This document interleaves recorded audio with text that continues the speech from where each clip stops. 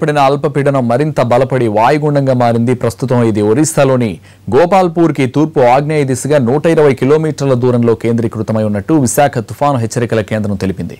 ఈ రోజు రాత్రికి గోపాల్పూర్, పూరి మధ్య తీరం దాటే అవకాశం ఉందని తెలిపింది వాతావరణ శాఖ. దీని ప్రభావంతో ఉత్తర కోస్తాలో అతి భారీ వర్షాలు పడే అవకాశం ఉందంటున్న తుఫాను హెచ్చరికల కేంద్రం అధికారితో మా ప్రతినిధి దుర్గాప్రసాద్ ఫేస్ టు ఫేస్. బంగాళాఖాతంలో ఏర్పడినటువంటి అల్పపీడనం బలపడి వాయుగుండంగా మారింది. ప్రస్తుతం దీని ప్రభావంతో తెలుగు రాష్ట్రాల్లో భారీ వర్షాలు కురుస్తున్నాయి.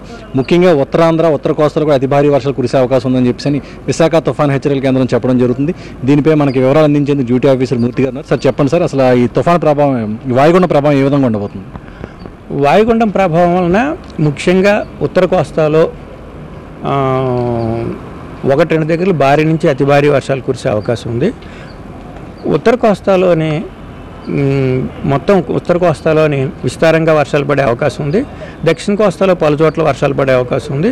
కోస్తా అంతటా 1-2 దగ్గర భారీ వర్షాలు, ఉత్తర కోస్తాలో 1-2 దగ్గర భారీ నుంచి అతి భారీ వర్షాలు కూడా కురిసే అవకాశం ఉంది. ప్రస్తుతం ఈ వాయుగుండం గోపాల్పూర్కి 120 కిలోమీటర్ల దూరంలో తూర్పు ఆగ్నేయ దిశగా కేంద్రీకృతమైంది.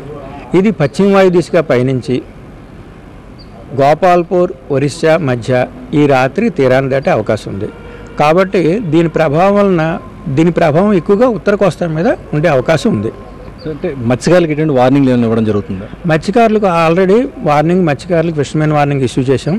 ఎందుకంటే చేపల వేటకు వెళ్ళొద్దని మత్స్యకారులకు వార్నింగ్ ఇవ్వడం జరిగింది. ఉత్తర కోస్తా అంతటి కూడాను పశ్చిమ దిశ నుంచి బలమైన ఈదురుగాలు కూడా 45 నుంచి 45 నుంచి 55 కిలోమీటర్ల వేగంతో గాలుల ప్రభావం కూడా ఉంది.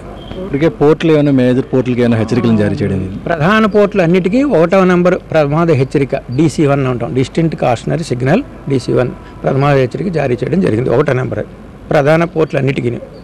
ఓకే, సో ఇప్పటికే అన్ని ప్రధాన పోర్టుల్లో కూడా 1వ నెంబర్ హెచ్చరిక జారీ చేయడం జరిగిందని చెప్పడం జరిగింది. అలాగే దీని ప్రభావంతో ముఖ్యంగా ఉత్తర కోస్తాలో అతి భారీ వర్షాలు కురిసే అవకాశం ఉందని కూడా చెప్పడం జరుగుతుంది.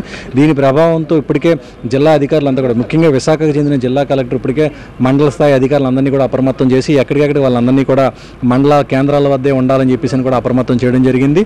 అయితే 2 రోజుల నుంచి కూడా విశాఖలో కంటిన్యూస్గా చిన్న చిరుజల్లు పడవడంతో కొంతవరకు అధికారులు ఊపిరి పీల్చుకున్నారు. ప్రస్తుతానికి అయితే ఇప్పటివరకు కూడా విశాఖ జిల్లాకు సంబంధించిన ఎటువంటి ప్రమాదం లేదు. అక్కడక్కడ వర్షాలు పడుతున్నప్పటికీ కూడా మోస్తరు వర్షాలు పడుతుంటారు, అతి భారీ వర్షాలు అయితే నమోదు కాలేదు. అయితే ఈరోజు రాత్రికి గోపాలపూర్ నుంచి పూరి మధ్యలో ఈ యొక్క వాయుగుండం తీరం దాటే సమయంలో అతి భారీ వర్షాలు కురిసే అవకాశం ఉంది కనుక అధికారులంతా కూడా అప్రమత్తంగా ఉండడం జరిగింది. ఇది ఇక్కడ పరిస్థితి. కెమెరా పర్సన్ శివాతో దుర్గాప్రసాద్, విశాఖపట్నం.